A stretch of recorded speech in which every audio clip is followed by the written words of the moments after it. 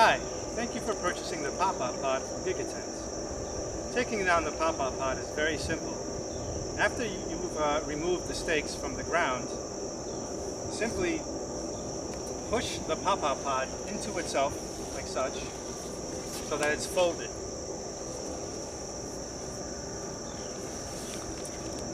Next, you take the ends of the pop-up pod and bring them together, just like this. You'll now have a U shape. What you want to do next is take the bottom and push it into itself. You'll see now that there's a large loop on the bottom and 2 loops on the top. Put all the loops together and the pop-up pod is now folded. To put the pop-up pod back in the bag, simply insert like that and zip it shut.